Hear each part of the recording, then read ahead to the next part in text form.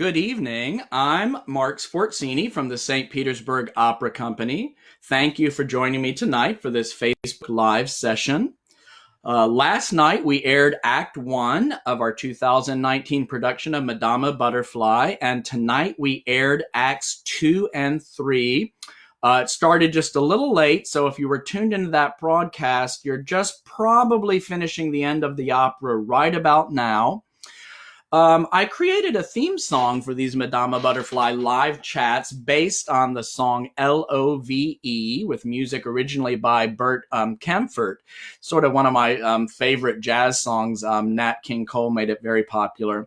And it seems appropriate to me to repeat that song one more time since we are still talking about Madama Butterfly tonight. I also had some issues with the camera. Imagine that, technical issues. And I'm hoping I've resolved these camera issues tonight. So we are going to give you the Facebook Live song one more time with the grand entrance and everything. So let me pull up the little soundtrack here, and we're going to give you the Facebook Live Madama Butterfly song one more time. Here we go.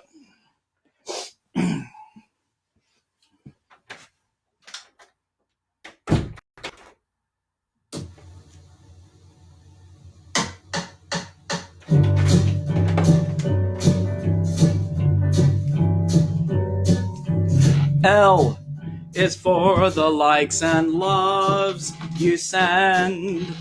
I is for this isolation to end.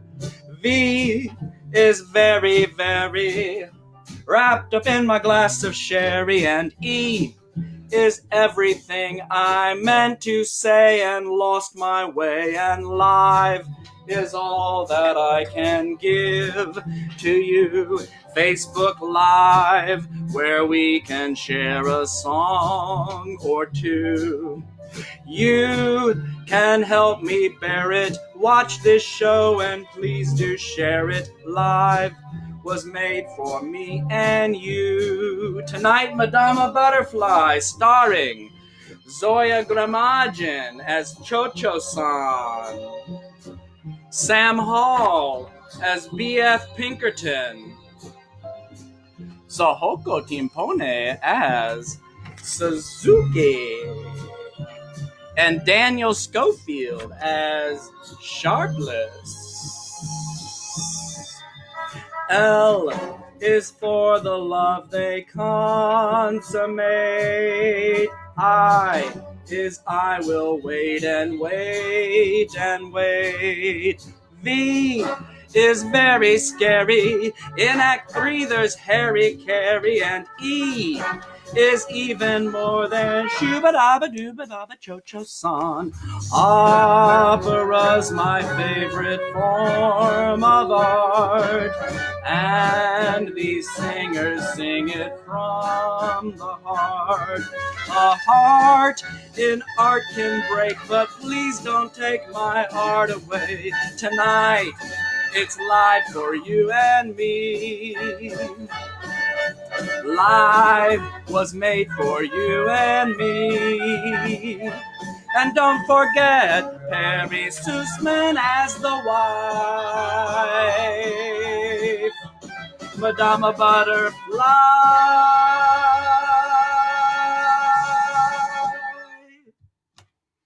There you go. There you go. Hello, all you opera cats and gattini dolci. Get your notebooks ready tonight because we've got some content to talk about, and there's going to be a test afterwards. I'm just kidding about the test. Now, there's some GIFs going crazy on my screen over here. Okay, we got rid of that. Hi, Gloria. Nice to see you tuning in. Mirella, great to see you tuning in. All right. So, I know some of you have probably watched the Madama Butterfly that just aired, but I also know from looking at the analytics that some of you will probably watch this live show first and then go find the Madama Butterfly to view on YouTube because it's going to be up for a whole week. It doesn't matter what order you do this in. I think the information we're going to talk about tonight is still fun and relevant in any case. So, tagging on to last night, I mentioned that Puccini wrote 5 versions of Madama Butterfly. Imagine that. You write a piece and then you revise it 4 times to get it just so. The first version was done in 2 acts in 1904. The 5th version, which we know as the standard version today, was done in 1908. So I promised I would tell you what the substantial changes were over the course of going from the first version to the 5th version. So probably the biggest change is that in the first version, there was just an Act 2, but Act 2 got split up to become Act 2 and Act 3. And the humming chorus was created to end Act 2. Now, the humming chorus, that's one of my favorite parts of the entire opera. What leads into the end of Act 2 is a cannon shot is heard in the harbor, announcing the arrival of a ship in the harbor. And Butterfly looks out and she sees the name of the ship. It's Pinkerton's ship. She reads through the telescope. So Butterfly and Suzuki are overjoyed at the return of Pinkerton. And Butterfly and Suzuki sing a beautiful duet, the Flower Blossom Duet, where they decorate the house with flower petals from the garden. And then night falls, and Butterfly and Suzuki and the child Dolores settle into a vigil watching over the harbor. And the humming chorus it's quite simple. It has no words, you just hum. And it goes like this, the first phrase.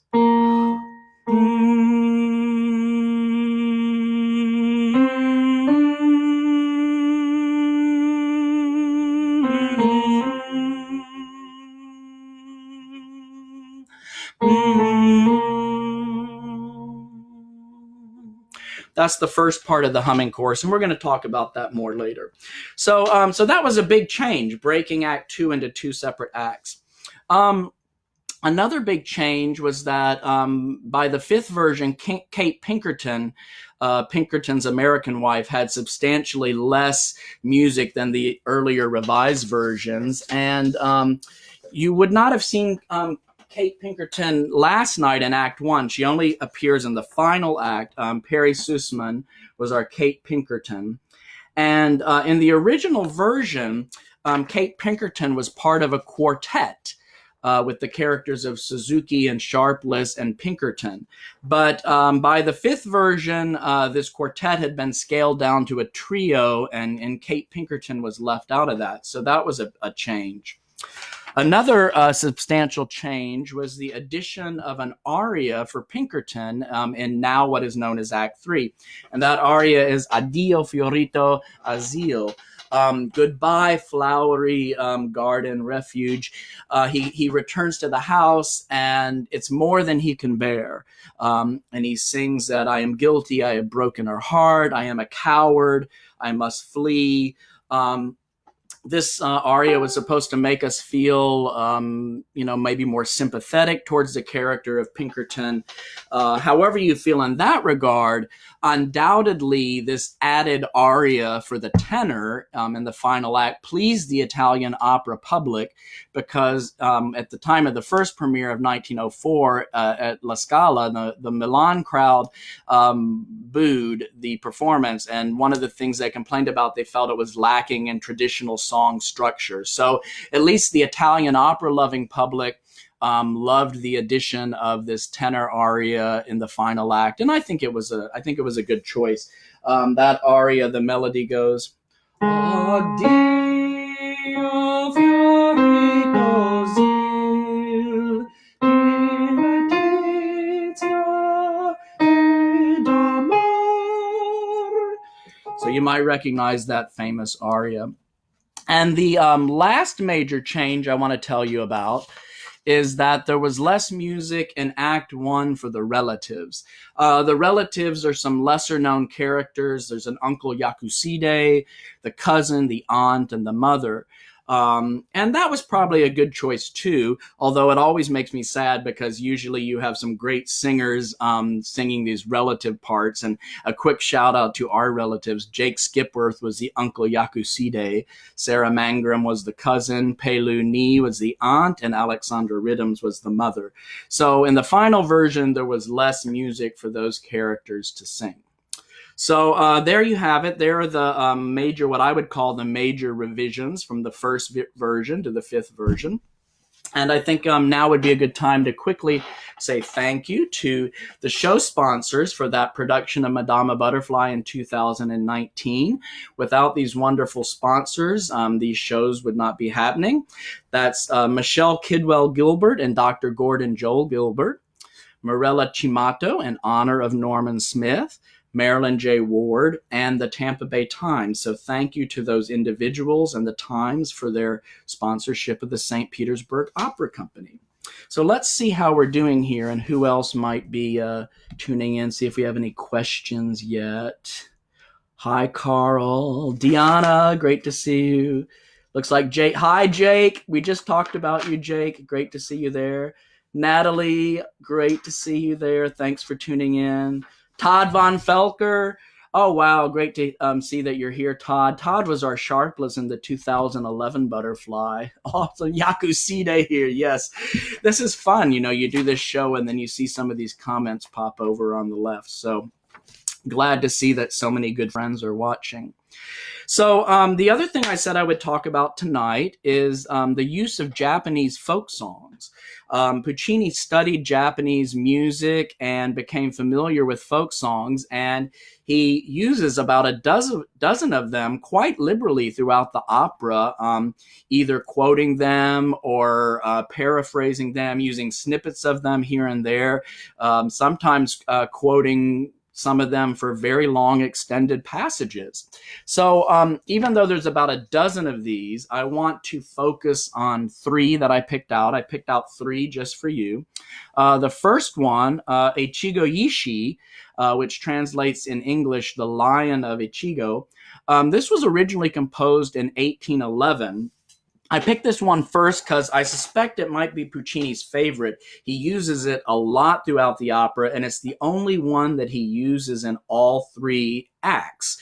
So this, I'm going to turn here to the keyboard, and this melody, what's unique about this melody is that in the lower octave of the melody, it uses an F natural, but in the upper octave, it uses an F sharp.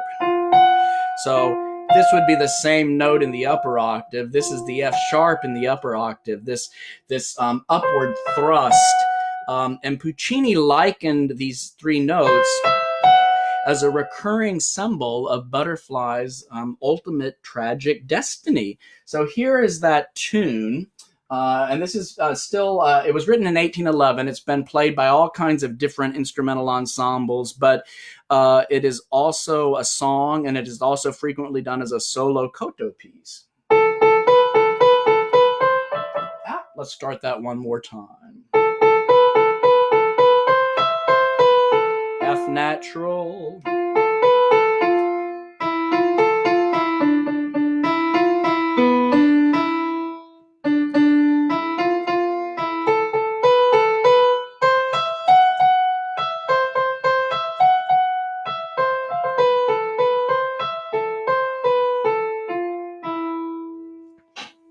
So the one folk song Puccini used in all three acts, and this upward thrust to the F sharp, these three notes represent Butterfly's ultimate tragic destiny. The second song I want to talk about is Mia-san. This music is associated mostly with the character of Yamadori. Yamadori was played by Mark Tempesta, and his character only appears in Act 2. Butterfly is a strong woman, and she knows what she wants and what she believes, and she believes Pinkerton's coming back for her. She will not take Yamadori. But the arrival of Yamadori and his interlude in the opera features this song, and this song is Mia-san, and it goes like this.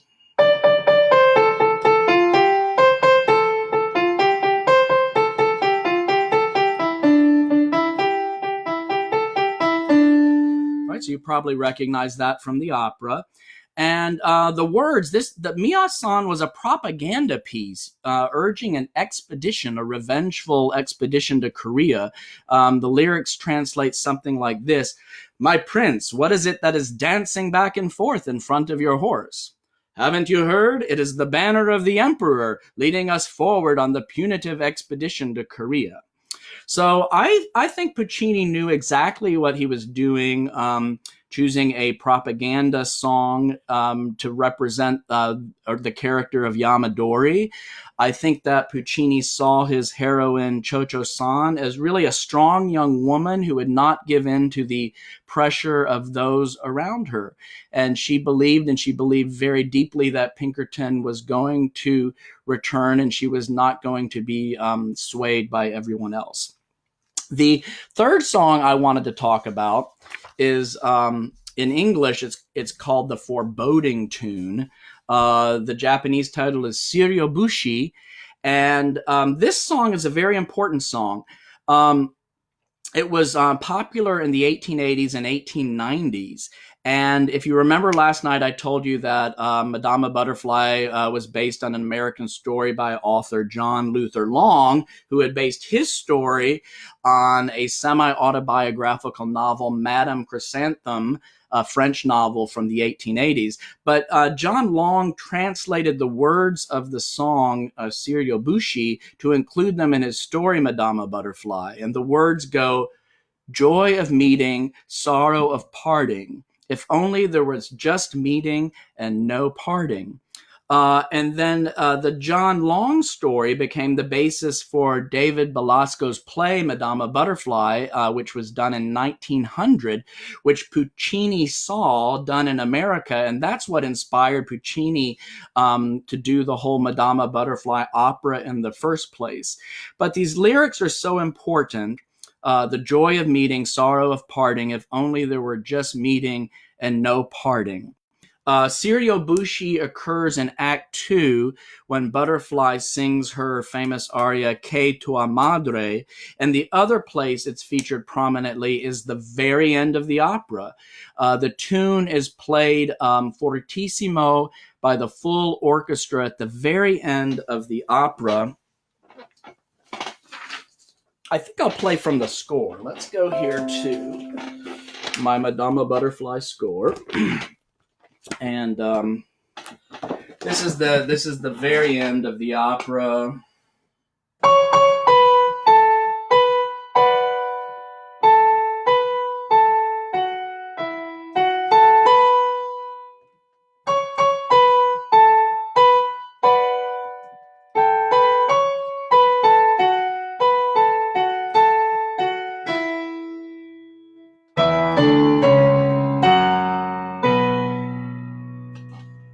So he ends the opera, and he obviously knew what the text of this aria meant, joy of meeting, sorrow of parting, if only there were just meeting and no parting.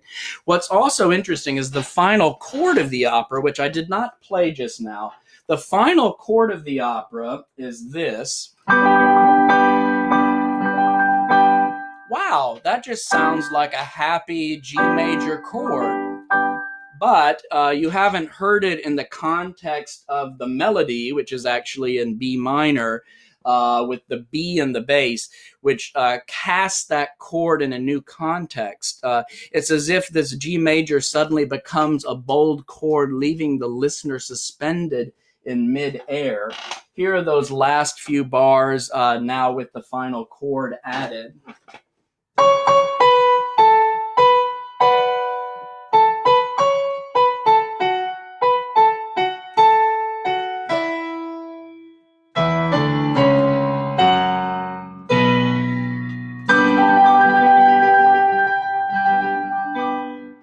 Doesn't sound so happy anymore, does it?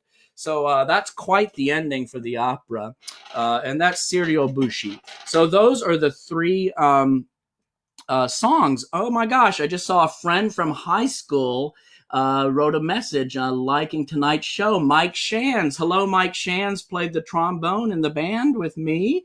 Oh, so great to see so many friends popping up here on Facebook Live.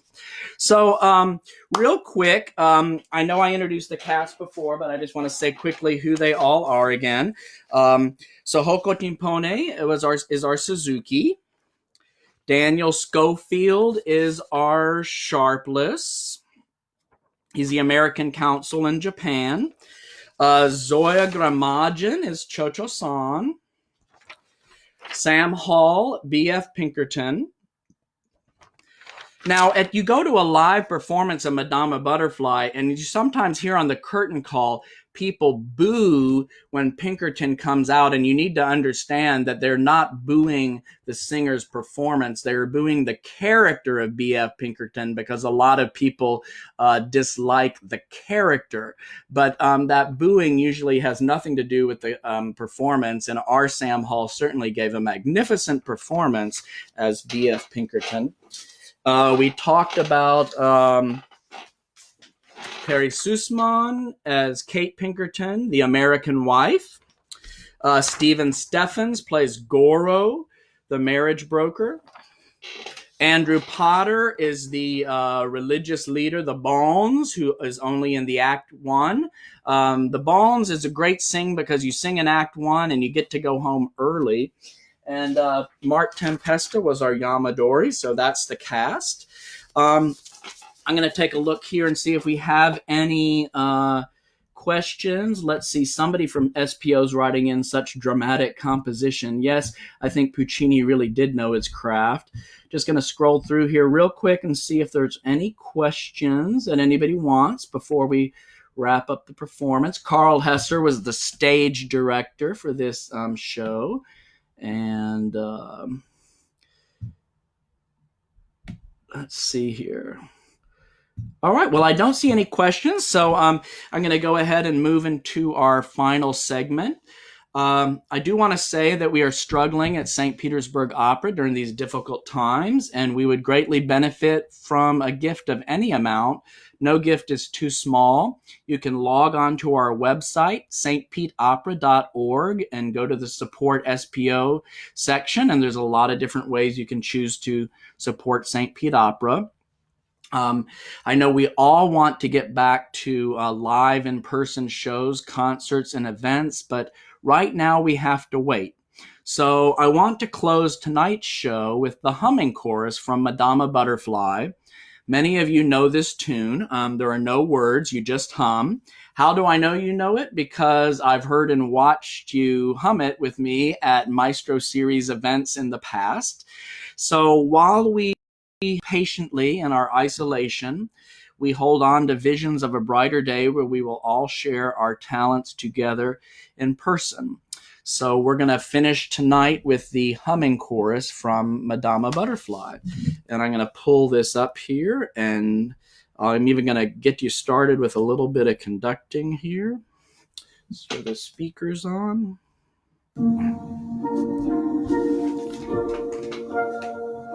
Big breath.